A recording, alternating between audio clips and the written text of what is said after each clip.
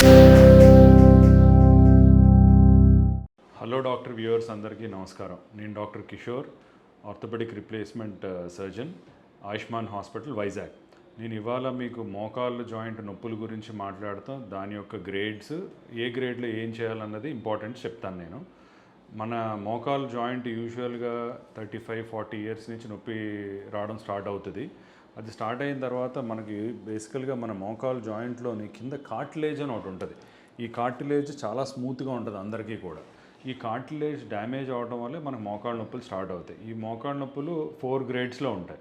ఈ 4 గ్రేడ్స్ ఎలా అంటే గ్రేడ్ 1లో ఏంటంటే ఏదో ఒక సైడ్ చిన్నది అరిగి ఉంటుంది.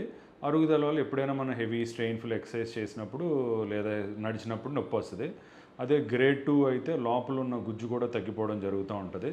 గ్రేడ్ 3లో ఏంటంటే గుజ్జు తగ్గిపోద్ది, కార్టిలేజ్ అరిగిపోతుంది, ప్లస్ చిన్న డిఫార్మిటీ ఉంటుంది. అదే గ్రేడ్ 4 అయితే టోటల్గా అన్ని కార్టిలేజ్ మొత్తం పోతుంది, అది కాక గుజ్జు కూడా తగ్గిపోయి డిఫార్మిటీ అన్నది ఫామ్ అయిపోతుంది. అది గ్రేడ్ 4. సరే, మనం ఫస్ట్ 3 గ్రేడ్స్లోని ఏం చేస్తే మంచిది అన్నది మనం ఆలోచిద్దాం. గ్రేడ్ 1లోని యూజువల్గా లావుగా ఉన్నవాళ్ళు బరువు తగ్గాలి, దానికి తగ్గట్టు నీ ఎక్సర్సైజెస్ చేసుకొని యాంటీ ఇన్ఫ్లమేటరీ డ్రగ్స్ అని ఉంటాయి. అంటే నొప్పికి వాడే ట్యాబ్లెట్లు కొన్ని వాడి మనం ఒక 3-4 వీక్స్ మనం ఎక్సర్సైజ్ చేసుకుంటే నొప్పి అన్నది మళ్ళీ రాదు, ప్లస్ లోపల ఉన్న సెల్స్ కూడా రీజనరేట్ అయ్యే ఛాన్సెస్ తక్కువ. బరువు అన్నది మెయిన్గా తగ్గాలి. తర్వాత గ్రేడ్ 2లో వస్తే, గ్రేడ్ 2లోనే ఏంటి మీకు చెప్పినట్టు గుజ్జు తగ్గిపోద్ది కదా. ఈ గుజ్జు పట్టే ఇంజెక్షన్స్ ఉంటాయి. అంటే మనం గ్రేడ్ 1లో ఏదైతే ఎక్సర్సైజ్లు మందులు వాడతామో దాంతోపాటు ఈ గుజ్జు పట్టే ఇంజెక్షన్స్ ఉంటాయన్నమాట. ఇంట్రా ఆర్టికులర్ ఇంజెక్షన్స్ అంటాం. దీన్ని సైనోవియల్ ఫ్లూయిడ్ ఇంక్రీజ్ చేయడానికి హైల్రోనిక్ యాసిడ్ అని ఇంజెక్షన్ ఇస్తాం.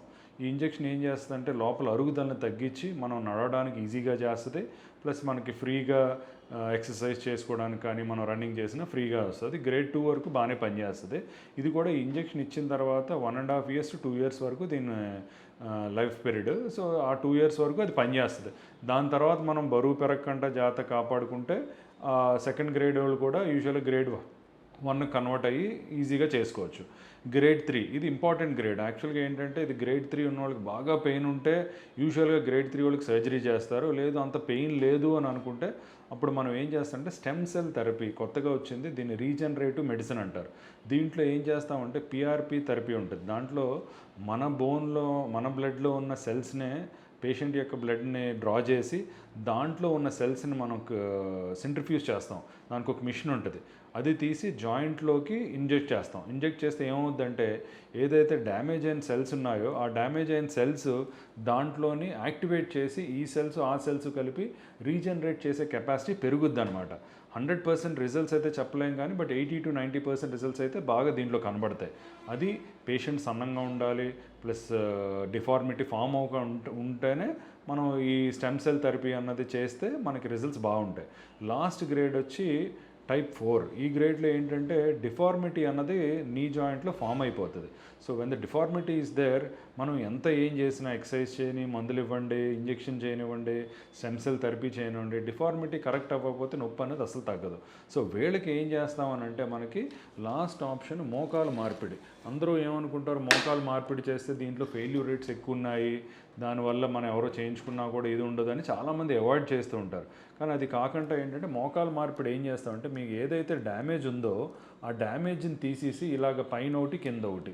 సో ఫర్ ఎగ్జాంపుల్ ఇలా ఉంది, ఈ జాయింట్ని ఇది పైన థై బోన్ యొక్క ఫీమర్ క్యాప్ ఇది, అలాగే నీకు కూడా టిబియాకి తగ్గట్టు టిబియల్ ట్రే అంటాం అనమాట. సో దీన్ని ఇలా ఫిక్స్ చేసి చెడు అంతా తీసేసి ఇలా కొత్త జాయింట్ ఇస్తాం. దీంట్లో ఉన్న అడ్వాంటేజ్ ఏంటి అని అంటే అందరూ బాగా యాక్సెప్ట్ చేస్తారు. దీని తర్వాత ఫిజియోథెరపీ బాగా చేసిన వాళ్ళకే మనకి ఇంప్రూవ్మెంట్ అనేది బాగా కనబడుద్ది. అంటే నొప్పి ఉంది కదా ఇంకా చేయకపోతే ఎలాగా, నొప్పితో చేయలేము మనం అన్న వాళ్ళకి కొంచెం రిజల్ట్స్ బాగోవు.